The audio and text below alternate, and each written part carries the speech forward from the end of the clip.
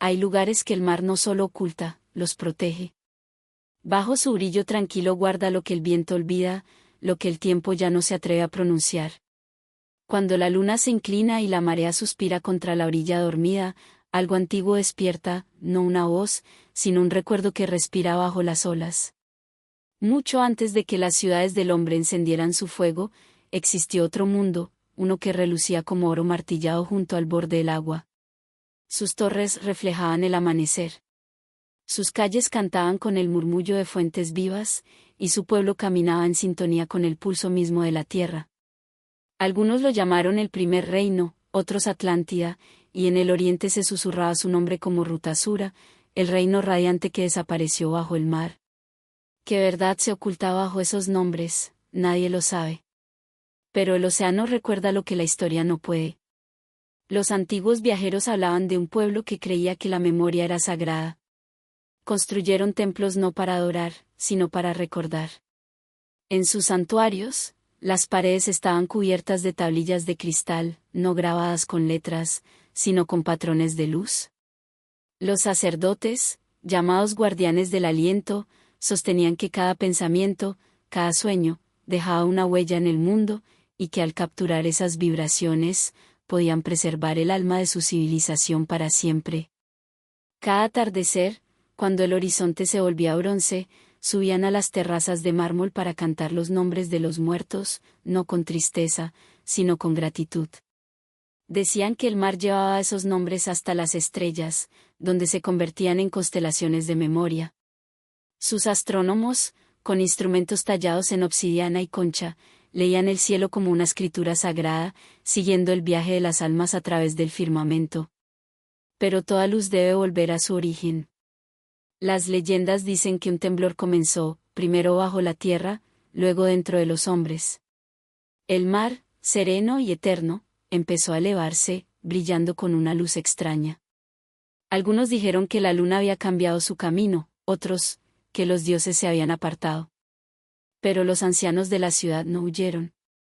Se reunieron en el templo del silencio, una estructura de vidrio y perla abierta directamente al mar.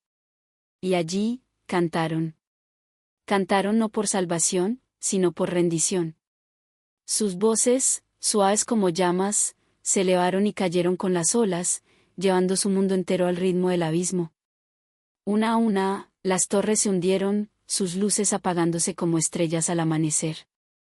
Cuando el mar se calmó, no quedó nada salvo un resplandor tenue bajo la superficie, un reflejo dorado que el sol nunca pudo borrar del todo.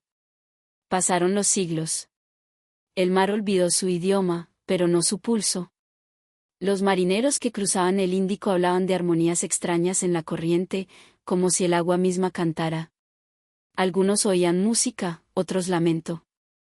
Las brújulas giraban sin norte. El aire vibraba con un calor que no venía del sol. Los exploradores modernos lo explican con ciencia, anomalías magnéticas, espejismos ópticos, placas en movimiento.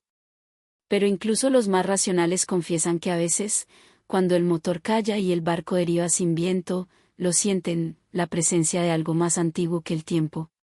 Existen fotografías, tomadas por máquinas que descienden donde no hay oxígeno. Muestran formas demasiado precisas para ser casualidad, terrazas, columnas, pasillos que giran en espiral hacia la oscuridad. En Yonaguni, una expedición japonesa halló lo que parece una escalera descendente. Sobre las Azores, un satélite registró una cuadrícula de líneas perfectas en el lecho marino. La ciencia duda. El mito no.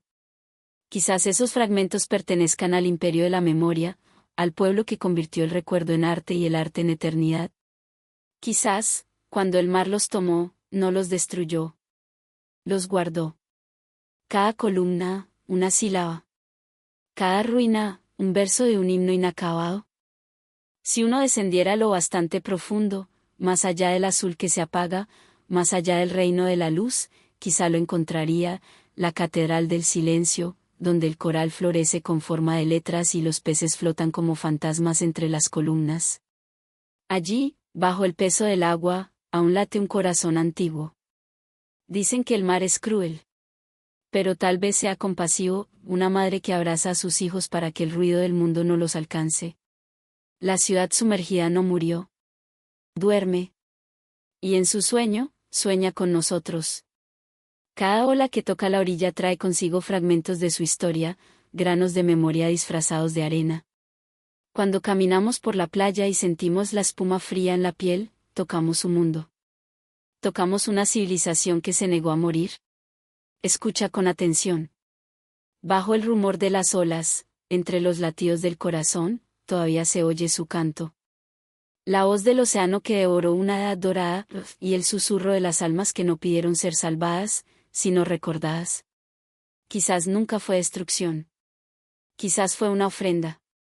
Y mientras el mar respira en la noche, la memoria sigue viva, palpitando bajo el espejo de la luna. Hay ruinas que respiran. No con aire, sino con memoria, el lento exhalar de los siglos que aún no terminan. En lo más profundo de un desierto donde la arena brilla como ceniza bajo la luna, los viajeros hablan de una biblioteca oculta que alguna vez soñó con las estrellas. Ningún mapa lleva hasta ella. Ninguna coordenada sobrevive. Sin embargo, el aire sobre esa tierra vibra, como si el suelo todavía recordara el peso de lo perdido. La historia comienza, como todas las historias sagradas, con el silencio. Hace mucho tiempo, cuando las palabras eran oración y la tinta un acto de fe, existía una ciudad consagrada al conocimiento. Sus torres tenían forma de pergamino abierto, y sus calles estaban alineadas con las constelaciones. Su pueblo creía que cada palabra escrita era una semilla de eternidad, que el saber no se poseía, se escuchaba. En su corazón se alzaba la biblioteca de Sara, hecha no de piedra, sino de un mineral pálido que brillaba como aliento helado. Sus muros cantaban cuando el viento cruzaba sus arcos. Dentro, miles de manuscritos dormían en cámaras talladas en la roca, pergaminos escritos en lenguas ya perdidas, con tinta hecha de polvo de gemas y fragmentos de meteoros. Los escribas que la custodiaban eran llamados los oyentes de la luz. Creían que las estrellas susurraban verdades cada noche, y que su deber era traducir la luz en palabra. Dormían de día y despertaban al crepúsculo, subiendo a las terrazas con instrumentos de vidrio y cobre, trazando las constelaciones sobre el horizonte. Su astronomía no era de números, sino de devoción. Escribían como si el cielo les dictara. Cada página comenzaba con un suspiro ritual y terminaba con una gota de agua salada, símbolo del océano que une todo conocimiento. Con los siglos, la biblioteca creció, no en altura, sino en profundidad. Los escribas excavaron hacia abajo, tallando cámaras más hondas, convencidos de que la verdad debía descender para mantenerse pura. Las antorchas ardían con llama azul, y el olor a pergamino se mezclaba con el del aceite y la arena. Los textos más antiguos hablaban de la creación como un eco, que el universo no nació de una explosión, sino de un canto. Que toda materia vibra aún con aquella primera nota, y que quien escuche con el silencio adecuado podrá oírla todavía. Y entonces, una noche, todo cambió. Un meteoro cruzó el cielo, más grande que cualquiera antes visto. Brilló en verde y oro, iluminando el desierto como si el amanecer hubiera llegado demasiado pronto. Los escribas lo contemplaron con asombro y temor, y muchos juraron escucharlo cantar. Cuando cayó tras el horizonte, el sonido llegó no como trueno, sino como resonancia, un zumbido grave que duró días, estremeciendo paredes, huesos y sueños. Los escribas interpretaron aquello como la voz del cosmos, el universo recordando su origen. Algunos comenzaron a soñar con luces que hablaban. Otros despertaron para encontrar símbolos nuevos en sus pergaminos, escritos por ninguna mano humana. Escribieron sin descanso, guiados por una fuerza invisible. La tinta resplandecía débilmente. Las palabras se formaban solas, redondas, girando como galaxias diminutas. Hasta que una de ellas, la más joven, llamada Nira, notó que los muros del recinto empezaban a brillar. El mineral palidecía, transformándose en vidrio. En su reflejo, no vio su rostro, sino el firmamento. La biblioteca había comenzado a soñar. Durante 7 noches, los muros resplandecieron. Los rollos exhalaban polvo luminoso. El edificio entero vibraba, vivo, como si las estrellas hubiesen descendido a la tierra. Y entonces, el silencio. El amanecer llegó, y todo se detuvo. Los pergaminos estaban vacíos. La tinta había desaparecido. Los escribas lloraron, convencidos de que su obra había sido borrada. Algunos huyeron. Otros se quedaron, buscando letras invisibles bajo la luz de las velas. Solo Anira no perdió la fe. Dijo que la biblioteca no había sido vaciada, sino despertada. Que el conocimiento se había fundido con la luz. Pasaron los siglos. El desierto cambió de rostro. La biblioteca de Sara se volvió mito. Pero en tiempos recientes, arqueólogos han hallado fragmentos de una piedra translúcida que brilla por las noches. Bajo microscopio, revela dibujos idénticos a constelaciones que ya no existen en el cielo. ¿Y si la biblioteca aún sueña bajo las dunas? Algunos astrónomos aseguran que ciertas ondas del espacio profundo repiten el mismo ritmo que los himnos sumerios, como si las estrellas devolvieran el eco de palabras escritas para ellas. Cuando sopla el viento del desierto, los viajeros dicen escuchar un murmullo, no en idioma alguno, pero con el peso del significado. El sonido de páginas que giran, en un lugar donde ya no hay manos. Quizás la biblioteca de Sara no se perdió. Quizás ascendió. Quizás se convirtió en lo que siempre buscó entender, un puente entre la memoria y la luz. Y allá arriba, entre las constelaciones, la biblioteca sigue soñando. Sus estantes son estrellas, sus libros, radiancia, sus escribas, cometas que escriben sobre el cielo su eterna oración. Escucha lo suficiente, y quizás también la oigas tú, una vibración suave en el aire nocturno, el suspiro del universo recordándose a sí mismo. Algunas voces, después de todo, nunca se apagan. Solo esperan el silencio necesario para ser escuchadas. Se dice que existe una ciudad que no fue construida por manos humanas, ni erigida con piedra o madera, sino con luz, una ciudad que solo aparecía cuando la luna estaba llena y desaparecía antes del amanecer. Sus muros, cuentan los viajeros, eran traslúcidos, respiraban como la niebla, sus torres temblaban con el pulso de las mareas, y sus puertas no se abrían con llaves, sino con silencio. El desierto donde se alzaba conserva aún señales extrañas, surcos en la arena que brillan débilmente bajo el resplandor nocturno, como si la memoria de una arquitectura persistiera en la tierra. Ningún historiador puede probar su existencia, pero los errantes que caminan bajo la luna aseguran oír pasos junto a los suyos, como si alguien invisible siguiera recorriendo aquellas calles de luz. En los anales más antiguos de Persia se la llama Lunara, la ciudad tallada con el aliento de la luna. Sus habitantes eran artesanos de lo invisible, maestros del reflejo, capaces de encerrar la claridad lunar dentro del cristal y darle forma. Creían que la luna no era un cuerpo lejano, sino el espejo del alma, y que observando su brillo podían comprender los hilos que unen la conciencia con la eternidad. Los sacerdotes de Lunara no adoraban ídolos ni guardaban escrituras. Su templo carecía de techo, su bóveda era el firmamento. Ayunaban de palabras durante semanas, convencidos de que cada palabra pronunciada sin propósito apagaba un fragmento del rostro de la luna. Se decía que la ciudad respondía a esa devoción, cuando los sacerdotes meditaban juntos, los muros palpitaban con una luz tenue, como venas de piedra viva. La claridad que llenaba sus avenidas no era ni amanecer ni fuego, sino un resplandor intermedio, suave, plateado, parecido al aire que se sueña. Los viajeros que la alcanzaban decían que el sonido desaparecía a su alrededor, reemplazado por un zumbido armónico, como si el mundo entero contuviera la respiración. Nadie encontraba sus puertas durante el día, la ciudad solo se revelaba a quienes llegaban sin fuego, sin ruido y sin nombre. Para entrar, había que olvidar, abandonar la memoria de uno mismo, porque la luna no se muestra a quienes desean poseerla. Muchos buscaron Lunara en nombre del conocimiento, otros, por sanación.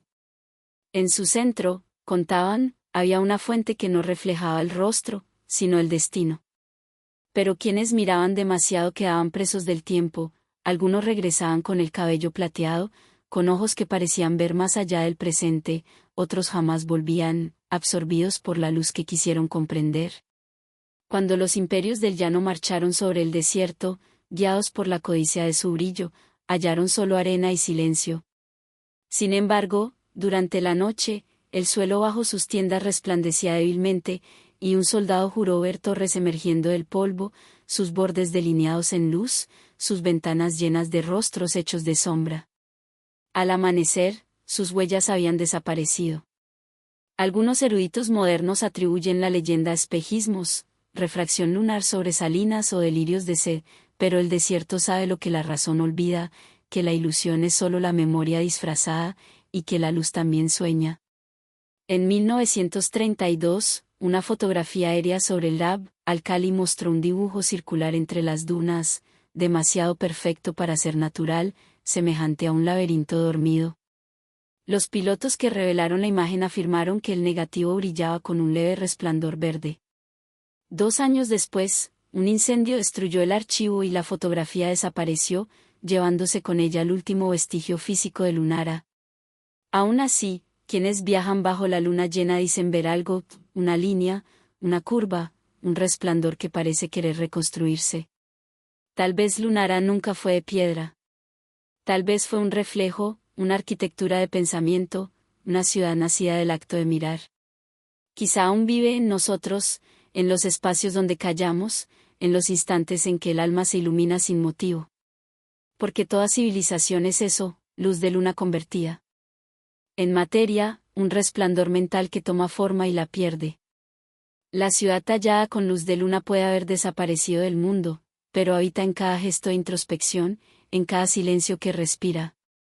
Y cuando la noche alcanza su quietud más honda, la luna vuelve a levantarse sobre sus torres invisibles, y el aire se vuelve arquitectura, frágil, eterna, paciente.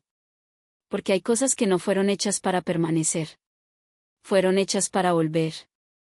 Dicen que existe un reino que ningún mapa ha trazado jamás, un lugar que no está hecho de tierra ni de piedra, sino de pausas, de intervalos tan delgados que solo el silencio puede habitarlos. Lo llaman el reino entre dos latidos, y vive en la quietud que antecede al aliento, en esa fracción invisible que separa la hora del después. En los márgenes de antiguos manuscritos aparecen señales de su existencia, no palabras completas, solo líneas, respiraciones de tinta, que mencionan a monjes que lo hallaron conteniendo el aire hasta que el mundo se disolvía en luz. Algunos aseguran que está más allá de la vida, otros, que está dentro de ella, escondido en el pliegue de un instante tan leve que solo quien deja de buscar puede entrar. Sus puertas son invisibles, tejidas con el compás del pulso, sus caminos, los ecos de momentos demasiado breves para contarse. Quienes lo han cruzado dicen que no es cielo ni memoria, sino algo más tierno, un reino donde todo simplemente es. No se llega avanzando, sino regresando hacia adentro. Los antiguos místicos de Samarcanda lo llamaban Nahar, el intervalo oculto, y enseñaban que el corazón no es solo una fuente de vida, sino una puerta por donde respira el universo. Creían que entre cada 2 latidos existe un espacio lo bastante amplio como para contener toda la creación, que en esa pausa mínima todos los tiempos se reflejan unos en otros como aguas inmóviles. Para encontrar el reino hay que escuchar, no el sonido del corazón, sino el silencio que lo rodea. En ese silencio, el mundo deja de girar. El tiempo se desenrolla como un hilo. La luz se pliega. El buscador se convierte en lo buscado, el soñador en sueño. No hay nombres, ni relojes, ni sombra. Solo conciencia. El aire se detiene, los ríos fluyen sin dirección, las estrellas permanecen visibles aún al mediodía, suspendidas en un cielo que ha olvidado el movimiento. Los viajeros que regresan cuentan haber visto allí rostros amados, momentos no vividos, decisiones que se quedaron a mitad del camino. Todo reposa, sin dolor, como si el tiempo durmiera. El aire sabe a recuerdo. El suelo vibra como si esperara algo. Dicen que quienes permanecen demasiado en ese reino comienzan a desvanecerse, no hacia la muerte, sino hacia la memoria, convirtiéndose en parte del pulso mismo. Su respiración se vuelve viento, su silencio, espacio. Los monjes llamaban a ese tránsito el suave desvanecer, y lo consideraban un regreso, el instante en que el océano reconoce al oleaje como parte de sí mismo. Los poetas lo han descrito de 1000 formas, el espacio donde la llama olvida que arde, el segundo después de la música, la calma donde nacen las estrellas. Ninguna descripción alcanza su magnitud callada. No es un lugar para narrar, sino para entrar, y solo por un instante, porque quedarse demasiado es olvidar el hilo que une el corazón con el cuerpo. Los antiguos médicos advertían que quien escuchara demasiado su propio pulso podía cruzar el velo sin saberlo. Aún se cuentan historias de ermitaños que desaparecieron entre respiraciones, dejando tras de sí el aroma a mirra y un cuenco de agua que seguía temblando. Tal vez por eso, cuando el mundo nos pesa, algo dentro de nosotros anhela esa pausa, ese umbral entre dos latidos. Tal vez cada vez que cerramos los ojos caminamos por un instante ese reino invisible donde se reconcilian los opuestos, la vida y la muerte, la luz y la sombra, el miedo y la paz. Los científicos lo llaman umbral de conciencia, la línea donde el cerebro se aquieta justo antes del sueño. No saben que ese umbral ha sido cruzado desde siempre por quienes buscan no escapar, sino unirse. El reino entre dos latidos no es un mito, es un recordatorio. Es el pulso del cosmos, la inhalación de la creación y la exhalación del olvido, repitiéndose sin fin. Y en esa repetición, estás tú. Cuando esta noche el sueño te abrace y tu respiración se haga lenta, escucha, bajo el ritmo suave en tu pecho hay otro más antiguo, infinito. Allí aguarda el reino, no para ser hallado, sino recordado. Porque, ¿y si lo divino nunca estuvo arriba ni lejos, sino entre sonido y eco, entre memoria y olvido, entre latidos? ¿Y si en ese instante de quietud, el universo entero contuviera el aliento contigo? Existen objetos tan antiguos que parece que el mundo respira a través de ellos, reliquias no creadas para ser poseídas, sino para recordar. Entre las más misteriosas se encuentra la leyenda de un espejo que capturó la primera luz de la creación. No fue forjado por manos humanas ni pulido por fuego, se dice que nació dentro de una montaña cuando la tierra aún era líquida y el cielo no tenía nombre.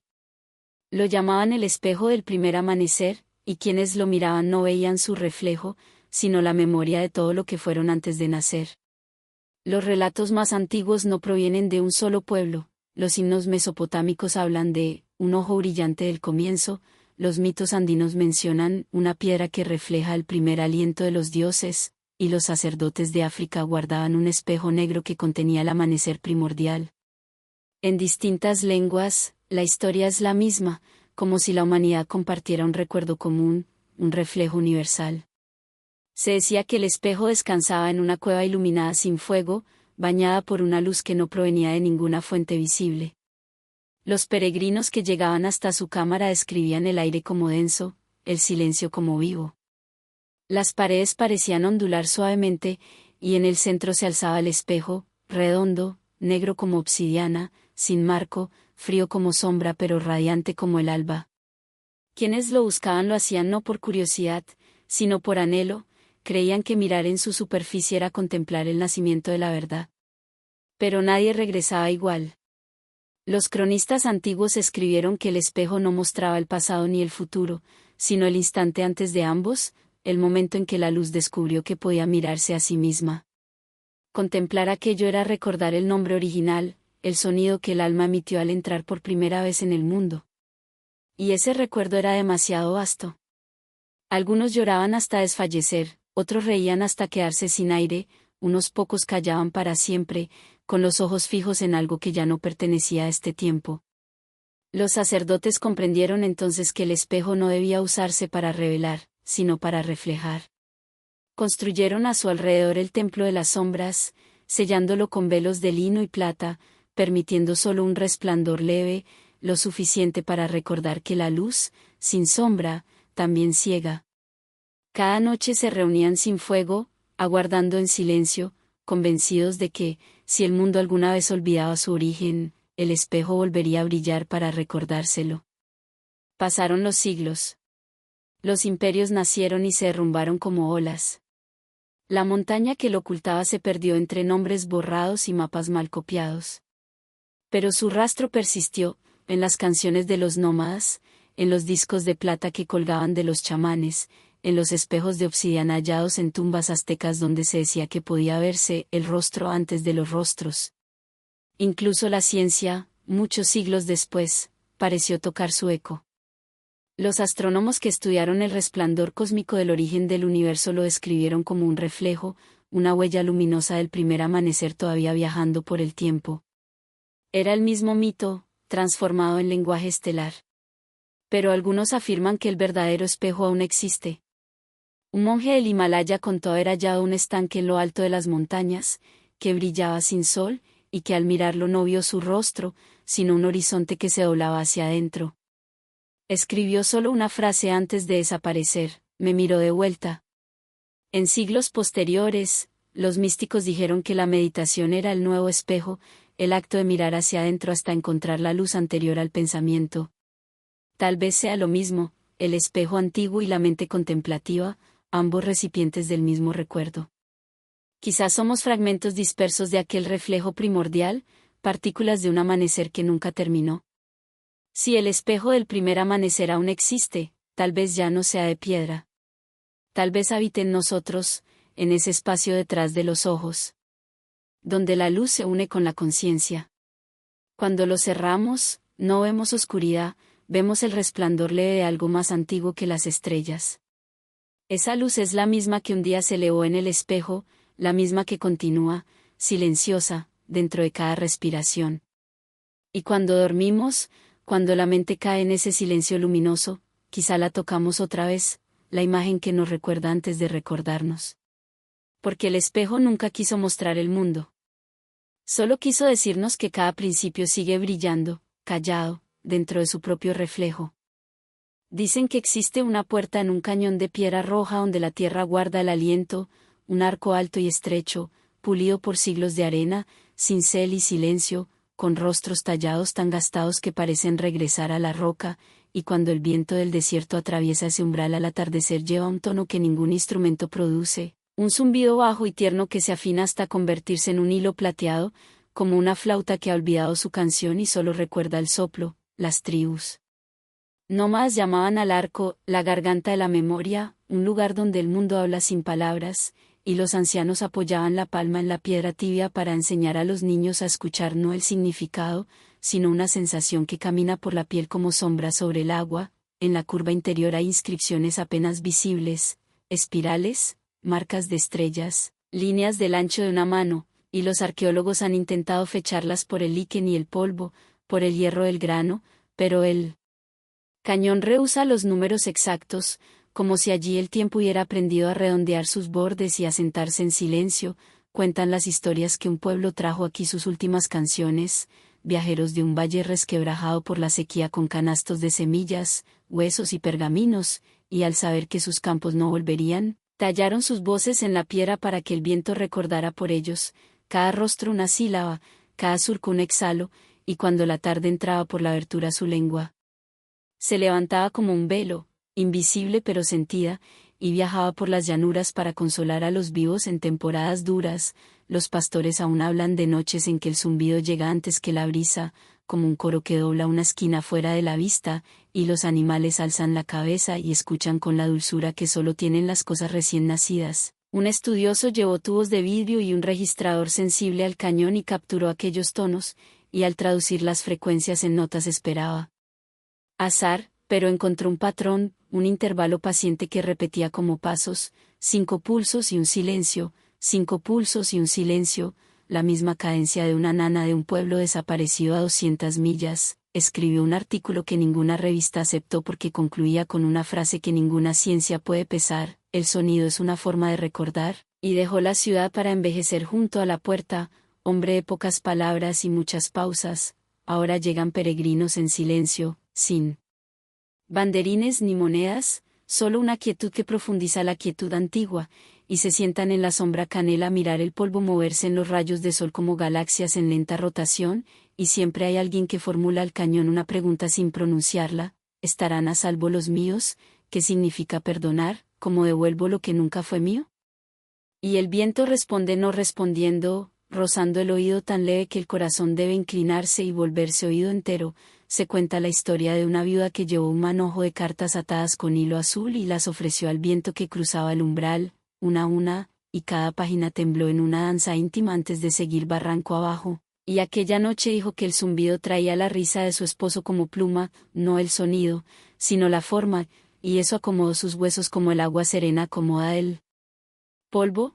A veces la puerta calla a días, a veces canta al mediodía, y quienes viven cerca han aprendido que su música no obedece calendario, solo a la luna y a variaciones menudas de temperatura, al modo en que el calor de la piedra asciende y encuentra una corriente que desciende, al modo en que una sombra, al alargarse, se convierte en instrumento. Hay otra costumbre antigua, más secreta: cuando nace un niño en las aldeas del río seco, un mayor camina hasta la puerta al amanecer y pronuncia hacia el arco el nombre del bebé, aun cuando la lengua no sepa todavía decirlo, y más tarde el viento devuelve el nombre en forma suavizada, una bendición alisada por la distancia, y los padres guardan ese sonido junto al nombre formal, uno para el mundo, otro para el alma. Si te quedas bajo el arco en la hora azul, cuando el día afloja su mano y la noche aún no toma las riendas, puedes sentir que el cuerpo se vuelve poroso, como si los huesos fueran ventanas y las costillas un arpa, y el zumbido atraviesa sin llenarte, más bien vaciándote de lo que ya no necesitas llevar, la vieja disputa, la palabra afilada, el miedo a que mañana olvide tu rostro. Quizá ese sea el secreto de la puerta, no guardar un oráculo, sino enseñar la postura de escuchar hasta que escuchar se haga misericordia. Algunas voces solo hacen eco cuando estamos listos, y el cañón lo sabe, devolviendo a cada peregrino no respuesta sino clima, una brisa que enfría la fiebre de la mente, un tibio que desata el nudo detrás del corazón, y cuando te alejas por la senda pálida, el sonido camina unos pasos contigo y luego te suelta, como una mano que suelta una mano, dejando en el pecho un cuarto pequeño y abierto que no sabías que tenías. Quizá los rostros de la piedra no sean los muertos, sino el porvenir, nuestros propios perfiles erosionados en ternura. Quizá la puerta la hizo solo el viento, y para el viento, o quizá, como dicen los viejos, nunca estuvo destinada a ser encontrada, solo a ser cruzada, una y otra vez, por quienes tienen algo que dejar y un largo trecho todavía por andar.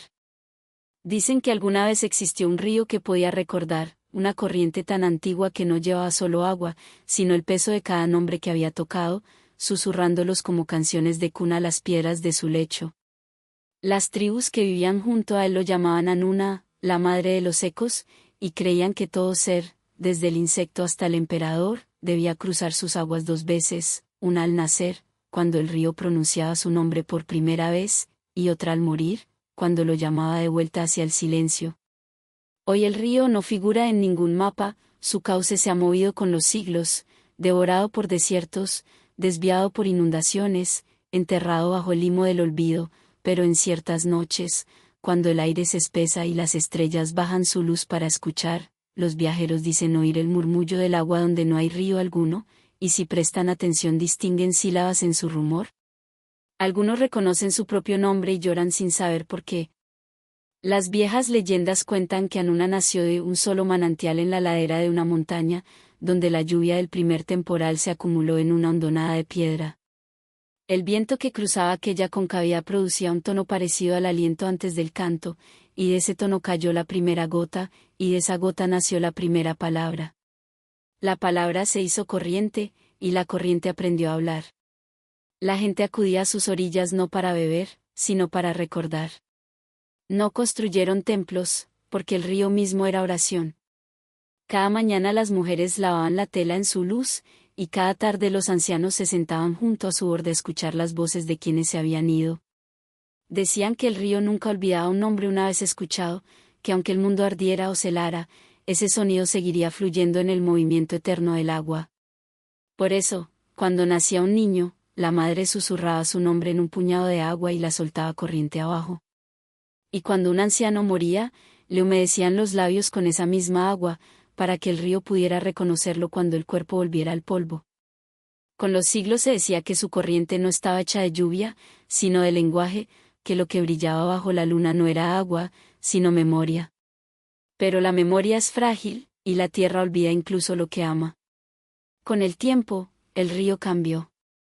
Las ciudades crecieron a su alrededor, el suelo se cubrió de piedra, los motores bebieron de él hasta dejarlo exhausto, y su canción se volvió tenue.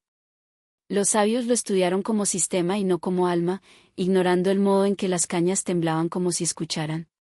Luego llegó la sequía, larga y cruel, y el río comenzó a desaparecer.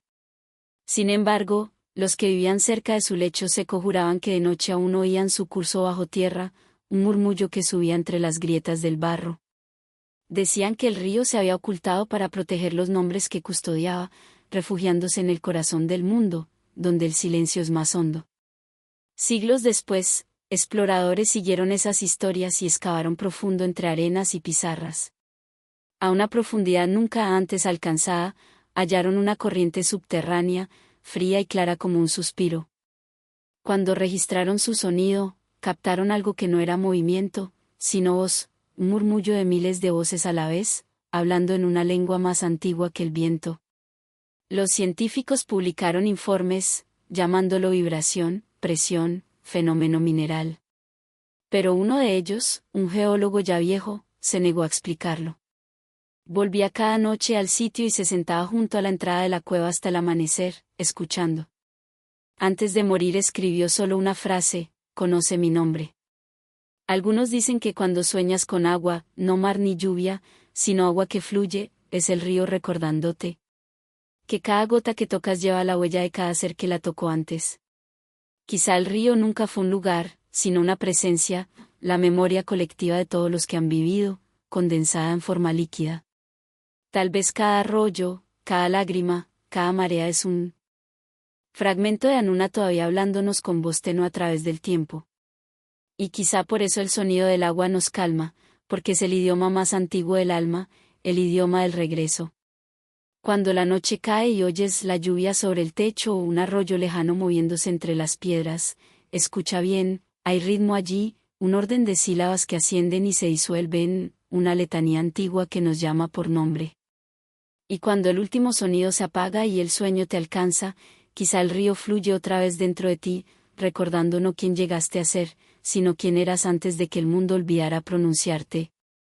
Lo hallaron donde la arena había sellado un monasterio dentro de una sola y larguísima inhalación, un lugar que los mapas olvidaron y el viento conservó, un claustro veteado de sal y de sol cuyas puertas ya no abrían porque el tiempo terminó de cerrarlas. Adentro, bajo una bóveda del color del incienso apagado, yacía un libro encuadernado en cuero ablandado por siglos y calor, con los cantos plumosos como el ala de un pájaro oscuro, y cuando el monje más joven levantó la tapa, se movió, no por corriente, pues el aire era de piedra, sino con un leve y vivo alzarse, el suave vaivén de un pecho, vieron las hojas agitarse como si recordaran ser pulmón, y alguien murmuró que en los orígenes la palabra alma y la palabra aire eran una, más tarde discutirían los eruditos, pesando pigmentos y fibras, hablando de palimpsestos y de tinta ferrogálica, de cosidos con tendones como en las bibliotecas del desierto cerca de Nag Hammadi, de escrituras que trenzaban griego con una mano siríaca y de márgenes picados como cielos, constelaciones mínimas sobre el pergamino, pero ninguno de sus instrumentos explicó por qué el libro templaba en las manos como criatura que se duerme, unos dijeron fraude, otros presión acumulada, otros el crujir sutil del cuero imitando respiración si el corazón desea milagros. El hermano mayor, que había barrido esos suelos durante 40 inviernos, se sentó a escuchar, porque sabía que ciertas verdades no se demuestran, se guardan, y que el aliento es promesa que el cuerpo le hace al tiempo. Al abrirse, las páginas exhalaban polvos de luz, las letras se reordenaban como bandadas y el sentido migraba, cambiando el texto con cada amanecer, una mañana un himno a los jardines que florecen bajo las ruinas, otra un registro de estrellas, otra un claro vacío donde solo brillaba la filigrana del papel como cauce al mediodía. Una historiadora visitante recordó el manuscrito Voynich con su botánica imposible y dijo que hay libros ilegibles que son espejos, enseñando al ojo a volverse aquello que contempla, pero un novicio, ignorante de misterios famosos, apoyó el oído en el canal del lomo y oyó algo que lo hizo llorar, no palabras, sino un oleaje finísimo, como si millares de oraciones se hubieran plegado aquí y ahora se abrieran de golpe. Empezaron a leer de noche, a la luz de luna y aceite, con cadencia de marea, y el libro respondía con su propio ritmo, exhalando al terminar un renglón, inhalando cuando el pulgar se detenía, como si la puntuación escondiera un par de pulmones. Una hoja describía una ciudad que solo se alza cuando es olvidada, otra hablaba de un espejo que guarda el primer amanecer, otra de un río que aprende los nombres de quien lo toca, y comprendieron que el libro no contenía relatos sino puertas, que cada párrafo era umbral y que la espina misma era camino. Aparecían fechas al margen, unas ciertas, otras soñadas, un invierno en que las cuevas de Qumran entregaron rollos como serpientes de lino, una sala de copistas donde la tinta celó a mitad de un trazo y el amanuense le sopló vida, una tarde de viento el abad cerró el volumen y este suspiró, un sonido breve, cansado, y los árboles del patio quedaron inmóviles como si alguien los hubiese llamado, peregrinos llegaron sin ser invitados, atraídos por el rumor de un libro que respira, y el guardián les dijo con dulzura que todos los libros respiran, que cada vez que abrimos una página le prestamos el viento del pecho y ella nos devuelve un clima hecho de sentido, pero este hacía algo más, recordaba a quienes lo leían, la misma hoja mostraba líneas distintas a ojos distintos, y una vez, a una mujer que había perdido a su hermana, le mostró solo un campo de pergamino en blanco donde parecía descansar el sol, y la mujer dijo que ese vacío era la primera frase verdadera en años. Una conservadora de la ciudad midió el calor del lomo y halló un pulso, lento como campana de monasterio, y anotó que la amplitud crecía cuando el coro cantaba, como si el papel pudiera llevar compás. Las noches se alargaron y el libro se volvió más liviano al alzarlo y más grave al cerrarlo, como un niño que se resiste al sueño. Los novicios aprendieron a llevarlo con dos manos como se lleva el agua, y el hermano viejo les enseñó a inclinarse ante su silencio antes que ante su voz, explicando que el aliento precede a la palabra como el alba al color. Una vez, durante una tormenta que convirtió el desierto en río, las hojas temblaron sin abrirse, estremecimiento de animal que presiente carrera, y cuando por fin la puerta cedió y la lluvia peinó el piso, el libro no se ahogó, bebió, y al abrirlo después apareció un mapa, calles dibujadas en las venas azules del pergamino, un puerto con forma de oreja. Nadie halló aquella ciudad, pero varios soñaron el mismo muelle y despertaron oyendo amarras tensarse en la oscuridad. Los años se doblaron como esquinas de página, el monasterio volvió a su fama callada, y una tarde, tras vísperas, el más joven, ya no joven, abrió el último cuaderno y lo halló vacío, solo una impronta suave donde habían dormido las palabras. Temió que el libro hubiese exhalado hasta morir, pero al cerrarlo y estrecharlo contra el pecho, el cuero volvió a elevarse, un aliento leve, y entendió, quizá nunca estuvo hecho para leerse de principio a fin, sino con nosotros, como se lee el cielo o el rostro de un amigo. Quizá tomaba prestados nuestros pulmones para que pudiéramos tomar prestado su silencio, y quizá, cuando la última página olvida la tinta, comienza el texto verdadero, el que se escribe en el sosiego que llevamos a la cama, donde el cuerpo se vuelve biblioteca de aperturas y cierres regulares, y la noche convierte cada respiración en un renglón, cada renglón en una oración interminable. Algunas voces solo hacen eco cuando estamos listos, y este libro, que respiraba al abrirse, no hacía sino ensayar nuestro nombre. Dicen que, muy por debajo de las ruinas de un imperio que nadie recuerda haber fundado, existe un templo erigido no para los dioses, sino para el olvido. Se alza bajo el umbral mismo del tiempo, en un lugar donde los relojes enmudecen y los ecos se niegan a regresar. Los antiguos lo llamaban Achrona, la casa de las horas quietas, y creían que quien cruzaba su puerta podía contemplar la arquitectura de la eternidad, no una línea recta, sino una espiral que se repliega infinitamente sobre sí. Sus corredores estaban tallados en piedra negra con vetas de polvo dorado que brillaban como constelaciones, y en sus muros corrían inscripciones tan viejas que se contradecían unas a otras, una proclamando el nacimiento del sol, la siguiente su muerte, como si la piedra misma hubiese olvidado el orden de los días. Los primeros exploradores que hallaron su entrada describieron un descenso interminable, cada escalón idéntico al anterior, las antorchas titilando con un fuego indeciso, como si la luz dudara de su derecho a existir allí. Y cuando alcanzaron la cámara más baja, no hallaron altar ni ídolo ni reliquia, sino una piscina de agua inmóvil que reflejaba el techo, y en ese reflejo un cielo nocturno distinto del suyo. Sobre ellos brillaba la luna, pero en el agua ardía un sol. Algunos hablaron de ilusión óptica, otros de locura, pero todos escribieron la misma frase: el aire era más antiguo que nosotros. Se decía que en ese templo el tiempo no avanzaba, sino que inhalaba, cada instante se doblaba en sí mismo, repitiéndose con la suavidad de una respiración en meditación. Siglos después, Llegaron monjes atraídos por el rumor de que las oraciones pronunciadas allí nunca terminaban, que cada palabra quedaba girando en las bóvedas, convirtiendo el sonido en escultura. Cantaron en la oscuridad, y sus voces se hicieron estratos, capas de devoción prensadas en el aire. Las paredes comenzaron a vibrar con un zumbido leve, como abejas dormidas en panal.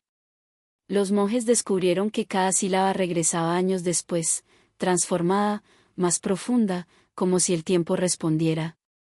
En su geometría hallaron paradojas, pasillos que medían menos al volver, sombras que apuntaban igual al amanecer y al ocaso, velas que ardían hacia arriba y hacia abajo a la vez. El abad escribió que rezar allí era arriesgarse a desaparecer, no en cuerpo, sino en cronología. Relató el caso de un hermano que se sentó a meditar y fue hallado décadas después, intacto, respirando aún, murmurando en una lengua que todavía no existía. Llegaron sabios de reinos lejanos con brújulas y cronómetros, lámparas eléctricas y preguntas. Ningún aparato funcionó, las agujas se detenían, las luces se atenuaban, como si algo bajo aquellas bóvedas detestara ser observado. Un físico, temblando, escribió antes de abandonar el estudio: los muros no son antiguos, están esperando. Otro añadió que el templo parecía inhalar el tiempo mismo, aspirando los segundos como humo, dejando a los hombres suspendidos entre minutos. Tal vez por eso los monjes lo sellaron, cubriendo la entrada con losas de mármol y grabando solo 3 palabras: ser olvidado. Durante siglos durmió bajo arena y gobierno, hasta que un terremoto del siglo XX abrió la grieta de nuevo. Los arqueólogos que bajaron describieron un frío imposible, no de invierno, sino de intervalo, como si hubieran entrado en la pausa entre 2 latidos. Oyeron, débil, una especie de canto, aunque sus grabadoras no captaron sonido alguno. Bajaron uno a uno y se perdieron en corredores idénticos. Algunos regresaron en horas, otros en días, algunos nunca. Quienes volvieron hablaron con voz lenta, relatando visiones, casas de infancia, futuros aún no vividos, siglos latiendo como venas dentro de su pecho. Una mujer contó que, al apoyar la mano en el muro, sintió calor, y dentro del calor algo moviéndose, no vivo, no muerto, pero soñando. Dijo que el templo la recordaba mientras ella lo olvidaba, y comprendió que esa era su función, no guardar el tiempo, sino disolverlo, recordarle al mundo que lo sagrado no pertenece a la cronología. Porque el tiempo, como la fe, es frágil, demasiado, y hasta la luz olvida de dónde viene. Hoy el templo está sellado otra vez, cubierto de polvo y papeleo, reducido a nota al pie y leyenda. Pero quienes han caminado cerca de su ubicación hablan de fenómenos, relojes detenidos, sombras que llegan con retraso, una sensación de ser observado por algo más antiguo que uno mismo. Quizá bajo nuestras ciudades, bajo los calendarios y relojes, Achrona siga respirando, lenta, paciente, el sonido mismo de la eternidad inhalando. Y cuando el mundo se agote de tanto girar, cuando el tiempo se deshilache en ruido, tal vez la puerta se abra de nuevo, y bajemos otra vez, con nuestras linternas y nuestros miedos, para descubrir que aquello que creíamos ruina era refugio, y que lo que temíamos como pérdida era, en verdad, la dulce misericordia de ser olvidados. A través de las estepas anchas, peinadas por el viento, hay noches en que el cielo baja la frente y parece escuchar a la tierra, y los pastores dicen que, si uno se recuesta inmóvil con la oreja contra el suelo, puede oír una música tenue que viaja por la arena y la piedra, no viento, no río, sino un hilo de tono que llega antes del alba y parte con ella, como si un coro secreto ensayara detrás del horizonte. Lo llaman el coro de las estrellas caídas, y los viejos cuentan que hace mucho una lluvia de fuego cruzó este país y sembró la llanura con semillas oscuras, piedras que se enfriaron en el aliento de la noche y guardaron memoria de su ardor, de modo que cuando el aire se enfría y las constelaciones vuelven a su sitio antiguo, las piedras recuerdan juntas y zumban. Quien lleva imanes en el bolsillo nota cómo tironean junto a ciertas lomas, los clavos de hierro de un carro cantan contra el eje al pasar sobre lechos ocultos de polvo meteórico, los caballos se detienen sin orden y miran hacia arriba como esperando que termine una nota. Llegaron científicos con instrumentos y llamaron aquello resonancia, microtemblor sísmico, música de minerales bajo esfuerzo, escribieron de níquel, hierro y vidrio de impacto, de cómo algunas rocas suenan como campanas al golpearlas y de cómo a veces el cielo habla, meteoros electrofónicos que crepitan en el oído en el mismo instante de su paso, sonidos sin demora mientras la luz aún está lejos, y los pastores asentían, sin discutir, sabiendo que una palabra puede explicar un sonido y aún así no rozar su sentido. En una aldea donde el invierno arde azul, una anciana guarda un cuenco de piedras negras sobre la mesa, dice que cayeron el año en que su madre nació, brillantes como santos, y que si las calientas entre las manos en la oscuridad sientes pasar una corriente mínima, como las alas de una polilla, las reserva para los recién nacidos, colocando una junto a cada niño dormido para que crezcan sabiendo el peso de una estrella. Cuentan que ciertos cantos despiertan a las piedras, tonos largos, de boca abierta, que vuelven miel el aire, y que cuando los pastores igualan su voz con la música fría del cielo, la colina entera tiembla, una alegría honda y mansa que afloja la pena del pecho. En esas noches los rebaños se agrupan como para escuchar y hasta los lobos se detienen, porque el mundo parece recién cosido, con las costuras de tierra y cielo unidas por hilo brillante. Una vez un bólido abrió la noche lo bastante como para mostrar los huesos de las nubes, la gente siguió su trazo blanco verdoso y oyó, en el mismo instante, un susurro seco como sea que se rasga, y solo después, el largo trueno como tambor olvidado detrás de las montañas. Al amanecer, un cráter poco profundo humeaba entre juncos y los niños hallaron cuentas de vidrio color vino viejo, perfectas como lágrimas. Los mayores llevaron un fragmento al santuario y lo dejaron junto a un cuenco de sal y una rama de ajenjo, dijeron que lo que viene de tan lejos merece agua y descanso. El santuario es sencillo, 4 piedras, techo de caña, una pared de viento. Cuando regresan las Perseidas en agosto, o los Leónidas escriben escritura veloz sobre la oscuridad, la gente hace un círculo allí y habla poco, escuchando el hilo de plata que enhebra los cuerpos, a veces llega como línea sola, a veces como tejido de tonos, telar de aire, a veces no llega, y eso también es respuesta.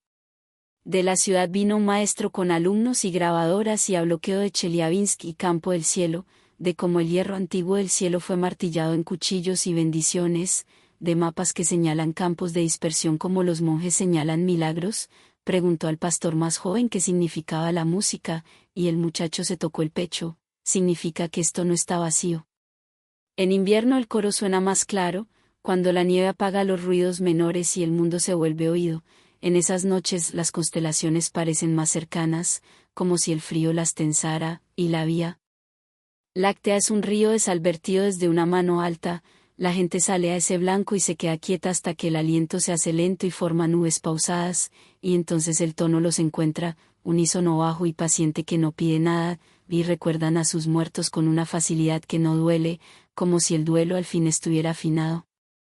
Hay piedras con vetas como escritura, costuras brillantes donde el metal se enfrió. Si juntas 2, el tono sube; si las separas, baja; si apilas 10 en un cuenco poco hondo oirás una armonía casi acorde cuando la noche se afila y cae la escarcha. El coro no es fuerte, solo exacto, y la exactitud es lo que abre las costillas. Si un forastero pregunta si de veras cantan las estrellas, los pastores sonríen y le dicen que se acueste donde la tierra es vieja y guarde silencio con su propio latido hasta que el sonido llegue por voluntad propia. Algunas voces solo hacen eco cuando estamos listos para oírlas. Tal vez eso sea todo lo que la canción requiere, no fe, no prueba, sino una quietud lo bastante grande para hospedar un brillo pequeño y fiel. Y cuando el tono se apaga, como siempre, la llanura queda en su vastedad, los animales vuelven a pastar, las madres recogen a los niños, y la oscuridad se siente otra vez amable. Si tomas una piedra del campo, recuerda dejar una palabra; si guardas una junto a tu cama, recuerda respirar con ella en las noches de hielo; si oyes el coro, recuerda que no escuchas música lejana, sino la cercanía de todo, el antiguo pacto entre caer y ser sostenido. Una estrella es solo piedra hasta que escuchamos, una piedra es solo silencio hasta que le prestamos nuestro aliento, y en esas noches en que el cielo ensaya su luminoso olvido, la estepa se vuelve capilla sin muros, y lo que cayó aprende a levantarse de la única manera que le queda, como canto que no deja nada atrás sino un aire más tierno.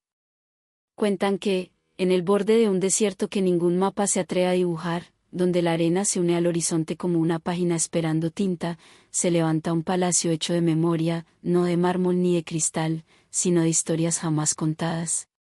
Sus muros cambian con cada soplo del viento, sus pasillos se alargan o encogen como el pensamiento, y sus puertas solo se abren a quienes han olvidado lo que venían a buscar.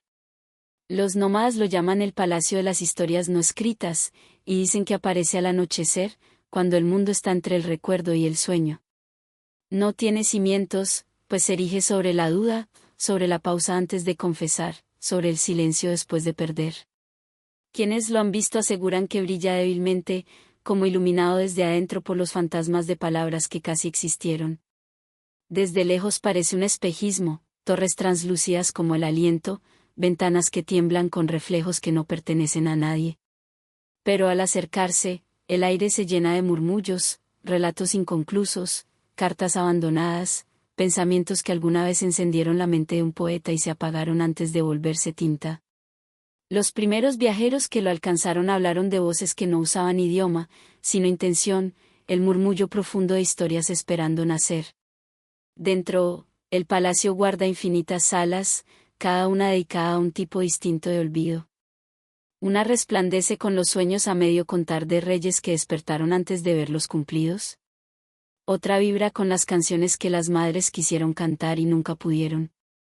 Hay un salón de preguntas sin respuesta, donde el techo brilla como aurora y los pasos suenan como ecos de muchas vidas a la vez. En la cámara más honda, dicen, se alza una biblioteca sin libros, solo el perfume leve de la tinta y el pergamino, el susurro de páginas que se dan vueltas sin ser vistas. Los anaqueles están llenos de contornos que solo se revelan bajo la luz de la luna, relatos tímidos, demasiado sagrados para existir, cuyas primeras frases flotan como polvo suspendido. Monjes de monasterios olvidados llegaron alguna vez para copiar esos textos invisibles, mojando sus plumas en pozos vacíos y escribiendo con la tinta de la imaginación. Volvieron a sus ciudades con manuscritos en blanco, que guardaron como reliquias, jurando que contenían todo, la sabiduría, el dolor, el amor, esperando al lector capaz de despertarlos. Siglos después, los eruditos hallaron esos volúmenes y los llamaron locura, pero notaron que quienes los miraban demasiado tiempo acababan llorando, como si comprendieran algo sin nombre que siempre les había latido dentro. Tal vez eso es lo que el palacio conserva, no la historia, sino la posibilidad de la historia, todo lo que pudo decirse, todo lo que casi se recordó, todo lo demasiado sagrado para ser escrito. En noches sin tormenta, el desierto lo refleja entero, un espejo de sombra y arena, y el viento que recorre sus galerías lleva un aroma dulce, como el de páginas moviéndose en otro mundo. Los pueblos cercanos creen que el palacio está vivo, que crece cada vez que una historia se pierde, que cada diario quemado, cada carta no enviada, cada confesión callada se convierte en piedra dentro de su arquitectura infinita.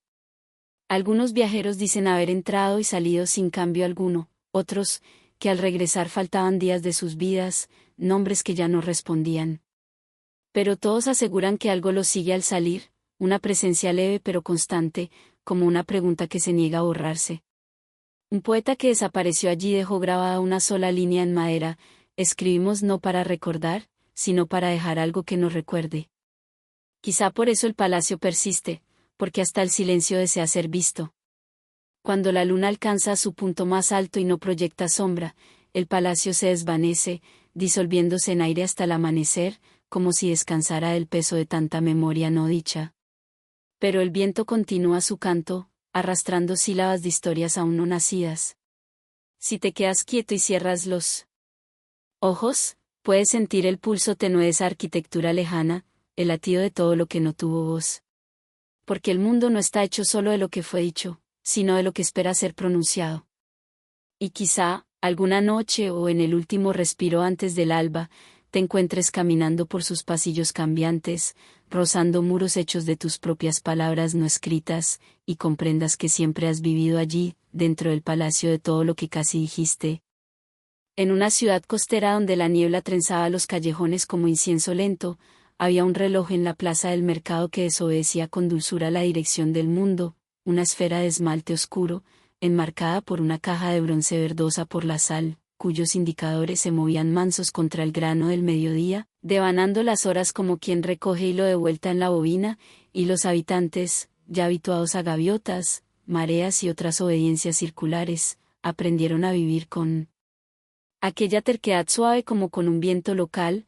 Unos decían que lo construyó un relojero después de que el mar le arrebatara al hijo, y que ajustó el engranaje para que corriera en simpatía con su duelo, no para negar el futuro, sino para besar el pasado mientras se alejaba, y otros murmuraban que el tiempo en esa plaza recordaba una ley más antigua, la calma antes de la campana, el aliento que vuelve a sus adentros. Los niños crecían usando dos tiempos a la vez, el tiempo recto de trenes y escuelas y el contratiempo más tierno de la plaza, y descubrían que, al mirarse en el cristal del reloj antes del alba, se parecían más a sí mismos que después, como si la noche, al retroceder, devolviera algo que el día estaba listo para gastar. Los viajeros llegaban a ver el artefacto y se sorprendían de que lo al revés no supiera reversa sino a regreso, como cuando, oculto en un remanso, observas el río pasar hacia atrás mientras el mundo no se mueve.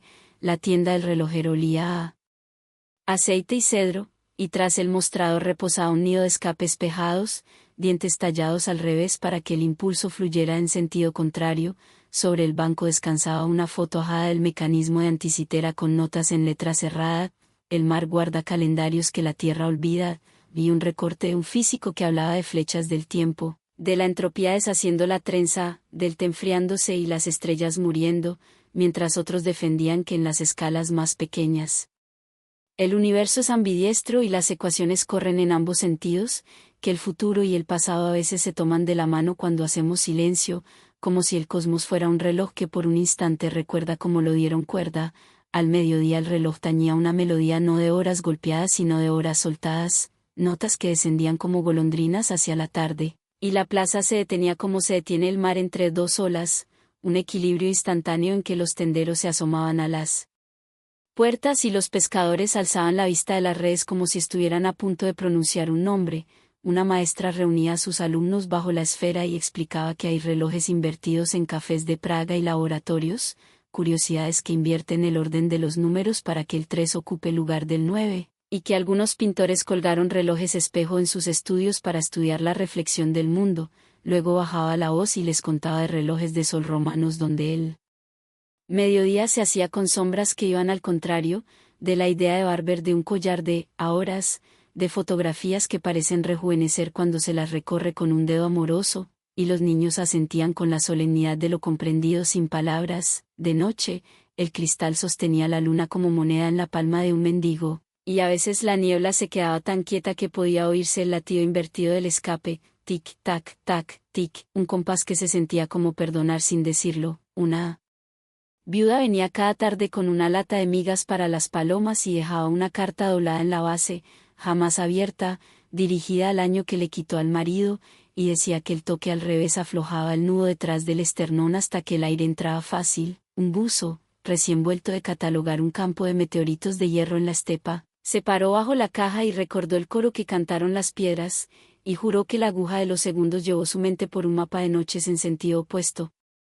devolviéndolo a la estrella exacta donde su miedo se volvió asombro. Nada práctico cambió, los trenes salían a minuto, los impuestos vencían, los bebés nacían a las 3:12 aunque la plaza discrepara, pero la gente empezó a reservarse cada día una hora pequeña y hacia adentro para dejar que la mente desenrolle su ovillo. Disculpas no enviadas se ensayaban hasta hacerse verdad. Los nombres de los muertos se decían hasta que parecían presentes, las puertas que se cerraron de golpe se imaginaban abriéndose despacio.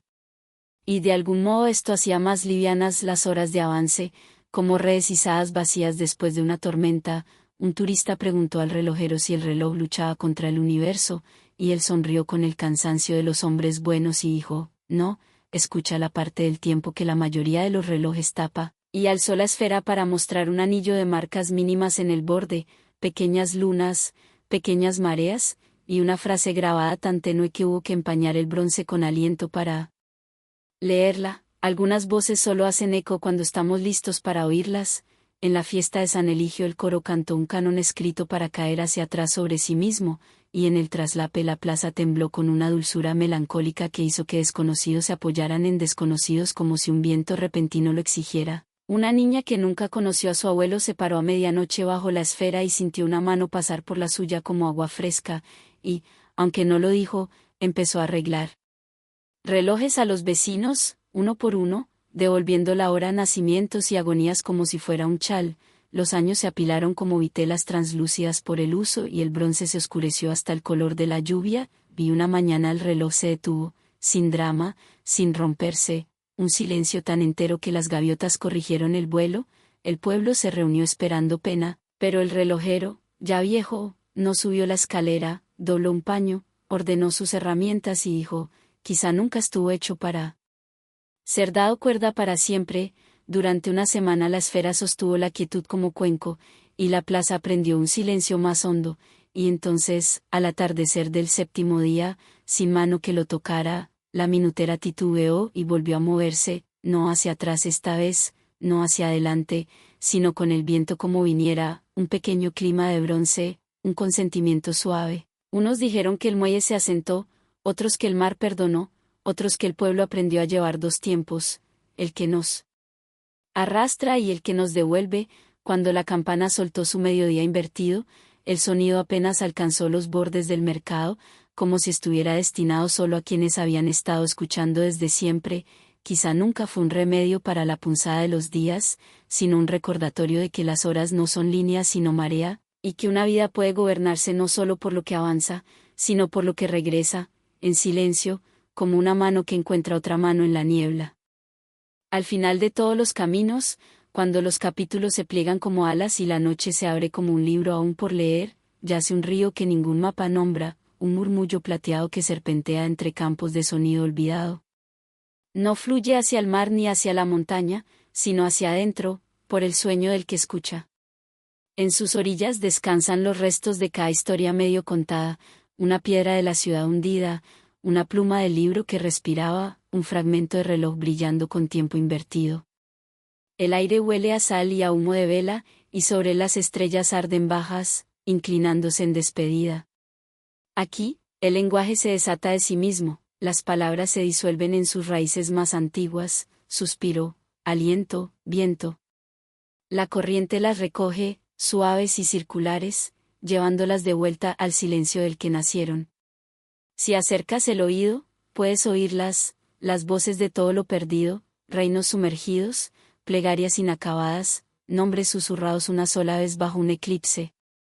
No se lamentan, murmuran, lentas, pacientes, como brasas que aún recuerdan el fuego que las encendió. El río habla en espejos, y lo que muestra no es pasado ni futuro, sino ese espacio tierno entre ambos, el brillo de lo que permanece cuando todo lo demás calla. Algunos dicen que quien sigue su cauce no hallará orilla, solo la profunda paz de ser llevado, la certeza de que memoria y olvido son la misma marea vista desde orillas distintas. Y cuando el sueño por fin te envuelve, es este río quien te lleva a casa, a través de la quietud inmensa del tiempo, entre todas las edades doradas que el océano guardó, entre templos que respiraron, entre libros que cantaron, hasta que incluso el yo se disuelve en la verdad más suave, que no somos guardianes de la historia, sino su sueño. El agua se mueve sin prisa. La noche escucha. En algún lugar, río abajo, la primera palabra se prepara para ser pronunciada otra vez.